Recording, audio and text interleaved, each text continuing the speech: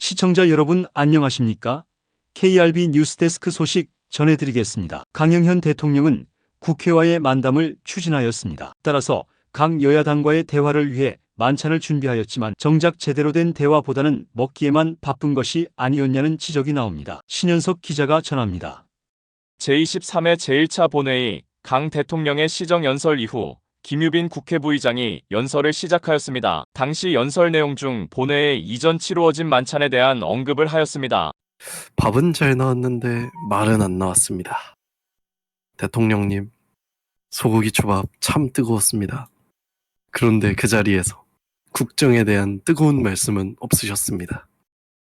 이처럼 당시 만찬을 타협과 대화가 아닌 먹기 위한 자리가 아니냐는 비판입니다. 이에 관련해 청와대실은 별다른 입장을 내놓지 않았습니다. 심지어 만찬 당시 여당 대표인 장성민 의원과의 대화가 적었고 자리도 서로 달랐던 가운데 강 대통령이 자신의 당대표를 버린 것 아니냐는 의혹이 지목되고 있습니다. KRB 뉴스 신현석이었습니다.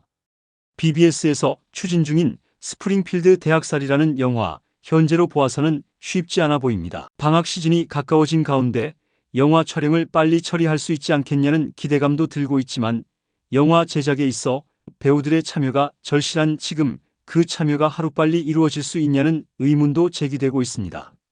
7월 5일 국회에서 언론중재 및 피해구제 등에 관한 법률 제정안을 통과하였습니다. 강 대통령이 발의한 것으로 보여졌습니다. 자세한 소식 손주아 기자가 전합니다.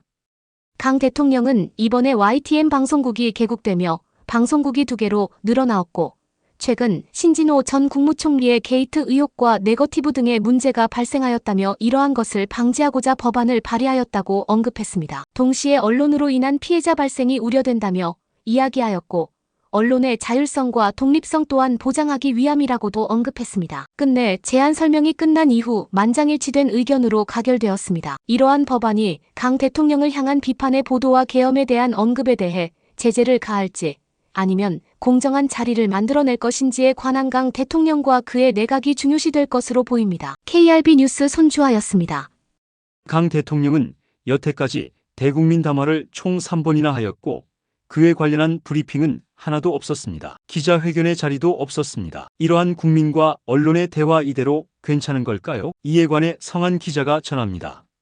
처음 대국민 담화, 그 내용은 과거 외교부 장관 후보자 논란에 대한 담화였고 두 번째 대국민 담화는 국무회의의 안건 내용과 입법에 대한 이야기뿐이었습니다. 세 번째는 계엄 논의와 신진호 전 국무총리 게이트 의혹에 관한 사과문이었습니다. 이를 제외한 정부에서 추진하는 정책이나 국정 운영에 대한 브리핑 기자회견은 없었습니다. 이에 대해 여당 장성민 대표는 강영현 정부가 초반이라 업무에 적응하기 위한 시기라 생각해 넘어갔지만 솔직하게 매주 짧게라도 대국민담화를 해주었으면 하는 바라고 말하였습니다. 이원석 국무총리가 과거 대국민담화를 통해 국회에 비해 대통령이 직무유기라며 비판한 것이 다시금 화제가 되고 있으며 이번 국회와의 만담만이 아닌 제대로 된 브리핑과 기자회견 등이 필요로 할 것으로 보입니다. KRB 뉴스 성한이었습니다. 강 대통령의 부정적인 평가가 84.6%를 기록하면서 신뢰가 완벽히 회복되지 않은 것으로 보입니다. 긍정은 7.7%로 늘었지만 아직은 지켜보아야 할 듯합니다. 국정평가 자세한 분석 송효린 기자가 전합니다. 이번 제4차 국정 지지도 여론조사 결과 부정적이 84.6%, 긍정이 7.7%로 기록했습니다. 답변한 사람은 총 13명으로 지난 답변자 수보다는 늘었지만 서버 인원이 늘고 있는 추세에 비해 떨어지는 것으로 드러났습니다. 하지만 서버 인원이 늘어나고 있는 만큼 서버 내 사건 사고들을 모를 수 있다는 분석도 나옴과 동시에 답변자 수가 적어 이번 여론조사 결과가 개변할 수 없다는 것입니다. 다시 돌아와 부정적인 답변의 사유에 대해서는 계엄과 무능의 문제를 언급했습니다. 강 대통령의 국회와의 만담 속 문제들과 다소 부족한 언론과 국민의 만남, 그리고 계엄이 가장 큰 이유인 것으로 밝혀졌습니다. 긍정적이라고 답변한 이유는 내각 완성을 들었습니다. 이번 여론 결과를 통해서 숫자의 의미가 없어도 답변의 이유에서 느낄 점이 많을 것으로 보입니다. KRB 뉴스 송효린이었습니다. 정당에서 가장 긍정적인 답변이 우세했던 신민주한국당이었지만 정작 최종 지지는 자유국민당과 맞붙었습니다. 자세한 분석 손정연 기자가 전합니다. 여당인 자유국민당 평가는 긍정이 30.8%, 부정이 30.8%로 모르겠다고 답변한 사람이 38.4로 평가는 반반이었습니다. 과거 2차 여론조사 시기 부정적이 41.7%와 달리 줄어들었습니다. 마찬가지로 긍정이 33.3%에 반하여 줄어들었고 모르겠다고 한 답변이 늘었습니다. 반면 야당인 신민주한국당은 부정적인 답변은 없었으며 긍정이 92.3%를 기록했습니다. 과거 2차 여론조사 시기 부정적이 16.6%, 긍정이 50%를 기록한 것과 비교했을 때 압도적으로 올랐습니다.